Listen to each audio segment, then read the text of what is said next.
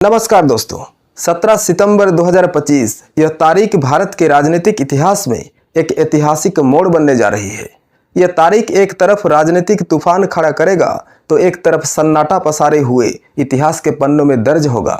अंग्रेजी कैलेंडर के अनुसार प्रधानमंत्री नरेंद्र मोदी 75 वर्ष के हो जाएंगे, लेकिन हिंदू पंचांग के अनुसार अभी 75 वर्ष होने में समय बाकी है और यहीं से शुरू होती है सत्ता और परंपरा के बीच की असली खींचतान। आरएसएस के सूत्र कहते हैं 75 वर्ष के बाद किसी भी नेता को सक्रिय राजनीति से संन्यास ले लेना चाहिए, लेकिन मोदी, जिन्होंने एक दशक से भी ज्यादा समय तक भारतीय राजनीति में अपना दबदबा बनाए रखा है, क्या वे इतनी आसानी से गद्दी छोड़ देंगे?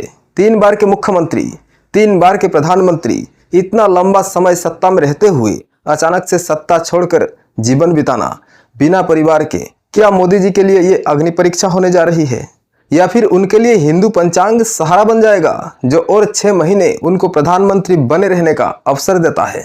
आरएसएस के संस्कृति में सेवानिवृत्ति की उम्र 75 वर्ष मानी जाती है। 75 की उम्र के बाद कोई भी नेता, कोई भी कार्यकर्ता संगठन के सभी कार्यों से पीछे हट जाता है। यही परंपरा बीजेपी के बाकी नेताओं पर भी लागू होती रही है। लाल कृष्ण आडवाणी, मुरली मनोहर जोशी, जसवंत सिन्हा, सुमित्रा महाजन, इन सभी को इसी नियम के सामना करना पड़ा और राजनीति से संन्यास लेनी पड़ी। लेकिन सवाल यह है कि अगर नरेंद्र मोदी की बारी आएगी तो क्या यही नियम लागू होगी या फिर मोदी के लिए एक अलग नियम बनाया जाएगा? आरएसएस के सूत्र कहते हैं नियम सभी के लिए समान है, मोदी जी के लिए अलग नियम नहीं बन सकता, सत्ता उनको छोड़ना पड़ेगा। अब समय बोलने लगा है। लेकिन हकीकत यह है मोदी जी आज भी बीजेपी के सबसे बड़े भूत खींचने वाले नेता हैं, आज भी चुनाव जीतने में माहिर हैं, पर मोदी की रणनीति उनको 1 साल और चाहिए। दोस्तों, सूत्रों के मुताबिक मोदी ने आरएसएस के शीर्ष नेतृत्व से कहा है कि उन्हें सत्ता में बने रहने के लिए और 1 साल चाहिए।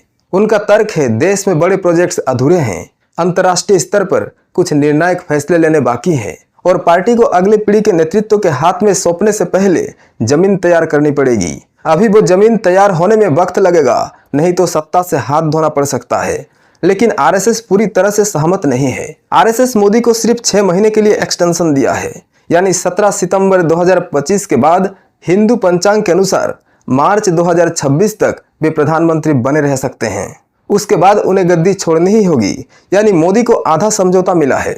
उन्होंने 1 साल मांगा, लेकिन संघ ने उन्हें 6 महीने का समय दिया। बीजेपी के भीतर इस मुद्दे को लेकर गहरी खींचतान है। एक धड़ा चाहता है मोदी ही अगले लोकसभा चुनाव तक प्रधानमंत्री बने रहें। दूसरे धड़ा मानता है अब नए चेहरे को सामने लाने का समय आ गया है। अमित शाह, राजनाथ सिंह, योगी आदित्यनाथ, नितिन गडकरी, हर नाम पर चर्चा हो रही है, लेकिन किसी भी नेता में वो जन आधार और वो करिश्मा नहीं है जो मोदी के पास है। और ये करिश्मा आज भी 100% कारगर है। इसीलिए बीजेपी के लिए ये सवाल बेहद पेचीदा हो गई है। विपक्षी दल इंडिया ब्लॉक ने इस मुद्दे को हथियार बना लिया है। वो जनता से पूछ रहे हैं अगर मोदी 75 के उम्र पार कर चुके हैं तो क्या वो नैतिक रूप से प्रधानमंत्री बने रहने के योग्य हैं? कांग्रेस और आंचलिक दल ये संघ के भीतर के आंतरिक लड़ाई बता रहे हैं। विपक्ष के दल चाहते हैं जैसे तैसे करके मोदी को प्रधानमंत्री के गद्दी से हटाया जाए, इसीलिए वो इस मुद्दे को अपना हथियार बनाया है। उनका कहना है बीजेपी एक तरफ हिंदू संस्कृति परंपरा की बात करती है और दूसरी तरफ अपने ही नियमों को मोदी के लिए तोड़ रही है। मोदी के समर्थक मानते हैं कि उनकी उम्र सिर्फ एक संख्या है, उनकी ऊर्जा, काम करने की क्षमता और जनता के साथ संपर्क बनाने की तरीका अभी भी किसी युवा नेता जैसा ही है। लेकिन आलोचक कहते हैं किसी भी नेता को 75 वर्ष की उम्र के बाद सेवानिवृत्ति का नियम का पालन करना चाहिए।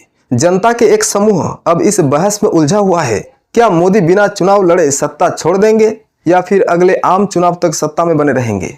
आरएसएस के लिए यह सवाल सिर्फ नियम का नहीं, उसकी प्रतिष्ठा का है। अगर मोदी अपवाद बन जाते हैं तो बाकी नेता भी सवाल उठाएंगे और अगर गलत परंपरा का शुरुआत हो गया तो आने वाले दिनों में पार्टी को बचाए रखना मुश्किल हो सकता है। और दूसरी तरफ यह सवाल मोदी जी के लिए उनके राजनीतिक जीवन और विरासत की है। मोदी चाहते हैं एक भव्य तरीके से सत्ता से विदाई लें, न कि संघ उन्हें गद्दी छोड़ने के लिए मजबूर करे। इसीलिए मोदी हर हाल में अगले 6 महीने के भीतर अपने राजनीतिक उत्तराधिकारी का चयन करना चाहेंगे। दोस्तों, बीजेपी अध्यक्ष का चुनाव सबसे बड़ा विवाद बन गया। संघ के नाम संजय जोशी, मोदी शाह का पसंद धर्मेंद्र प्रधान, भूपेंद्र यादव, नागपुर के बयान संगठन हम चलाएंगे, दिल्ली का निर्णय हमारा होगा और मीडिया इसे भाजपा का सबसे बड़ा आंतरिक युद्ध बताने लगता है। दोस्तों, नागपुर मुख्यालय का दृश्य हमेशा अनुशासन और सादगीपूर्ण रहा है। उसी मुख्यालय में रात के 11 बजे एक असाधारण बैठक चल रहा होता है और मुख्य प्रचारक एक एक करके अपने बात रखते हैं और माहौल में एक तनाव महसूस हो रहा था। मोहन भागवत ने अचानक अपनी चुप्पी तोड़ी और कहा, सरकार आप चलाइए और संगठन हम चलाएंगे। ये बात का कमरे में गूंज गया। उनके हाथ में एक चिट्ठी थी। उन्होंने उसे धीरे से टेबल पर रखा। जब उस चिट्ठी को खोली गई तब उस पर सिर्फ एक नाम चमक रहा था, संजय जोशी। गुजरात में जब नरेंद्र मोदी की सितारा उभर रहा था तब संजय जोशी नरेंद्र मोदी के सबसे भरोसेमंद सिपाही माने जाते थे। उनके छवि एक ईमानदार और जमीनी कार्यकर्ता की थी। लेकिन जैसे जैसे मोदी जी का कद बढ़ता गया, मोदी और जोशी के बीच दूरी बढ़ती गई। कहा जाता है 2005 से 2012 के बीच कई बार संघ ने दोनों के बीच सुलह की कोशिश की, लेकिन हर बार ये प्रयास असफल रहा। 2012 का गोवा सम्मेलन एक मोड़ साबित हुआ, जहां संजय जोशी की पोस्टर हटाए गए और उन्हें मंच से दूर रखा गया। यह घटना जोशी के लिए एक धक्का थी, लेकिन संघ ने इस घटना को कभी नहीं भुलाया। आरएसएस ने एक भव्य कार्यक्रम किया जिसमें संजय जोशी को मंच पर बुलाया गया। यह तस्वीर जब वायरल हुई तब दिल्ली के गलियारों में सन्नाटा छा गया। भागवत ने अपने भाषण में कहा, संघ के आदमी अपने संगठन में लौटेगा, चाहे किसी को अच्छा लगे या बुरा। नागपुर बनाम दिल्ली शक्ति के दो ध्रुव हैं, यह तो किसी से छुपा नहीं है। प्रचारकों की मीटिंग, पीएमओ की रात जगी। अमित शाह राज्य के सभी नेताओं से बात करते हैं। दोनों ध्रुव अपने अपने चाल चल रहे हैं। सोशल मीडिया पर ट्रेंड करता रहा #RSS versus Modi, #Nagpur versus Delhi सत्ता का सबसे बड़ा सवाल बन गया। दोस्तों, यह कहानी सिर्फ अध्यक्ष की कुर्सी की नहीं है, यह कहानी शक्ति के दो ध्रुवों की है, नागपुर और दिल्ली की। एक तरफ वो संगठन जिसने पार्टी खड़ी की और दूसरी तरफ वो नेता जिसने पार्टी को शिखर तक पहुंचाया। अब सवाल है, भागवत अपनी कुर्सी बचाएंगे या फिर नागपुर के अपनी ताकत वापस लाएंगे, और मोदी शाह क्या अब इस दबाव को झेल पाएंगे? आने वाले समय तय करेगा किसका आदेश चलेगा, नागपुर का या दिल्ली का। आने वाले दिनों में भारतीय राजनीति के सबसे बड़े सवाल यही रहेगा कि क्या मोदी 75 के परंपरा तोड़कर प्रधानमंत्री बने रहेंगे या फिर संघ के मर्यादा का पालन करते हुए गद्दी छोड़ देंगे। संभव है 25 सितंबर 2025 को अंग्रेजी कैलेंडर के हिसाब से मोदी के 75वां जन्मदिन पर आरएसएस और बीजेपी दोनों एक सहमति फार्मूला निकाले, जिसमें मोदी अगले 6 महीने तक सत्ता में बने रहेंगे और मार्च 2026 तक नए प्रधानमंत्री का चेहरा सामने लाया जाएगा। यह कहानी सिर्फ नरेंद्र मोदी की उम्र का या पद छोड़ने की नहीं है, ये वो राजनीतिक और सांस्कृतिक संघर्ष की कहानी है जहां परंपरा और सत्ता टकरा रही है। मोदी चाहते हैं इतिहास में दर्ज हों भारत के सबसे लंबे समय तक प्रधानमंत्री बने रहने की नेता के तौर पर, लेकिन आरएसएस चाहता है उसके परंपरा अक्षुण्ण बना रहे। आने वाले दिनों में असली राजनीति मोदी बनाम विपक्ष की नहीं, मोदी बनाम आरएसएस की होगी।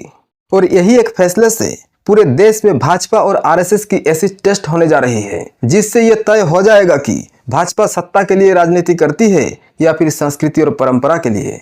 भाजपा और आरएसएस एक अहम मोड़ पर खड़ी दिखती है। जो भी फैसला होगा दशकों तक भारत की राजनीति में गहरा प्रभाव डालने वाला है। दोस्तों, आप क्या सोचते हैं इस बारे में? हमसे जरूर साझा करें। फिर मिलेंगे नया एपिसोड में, तब तक के लिए नमस्कार।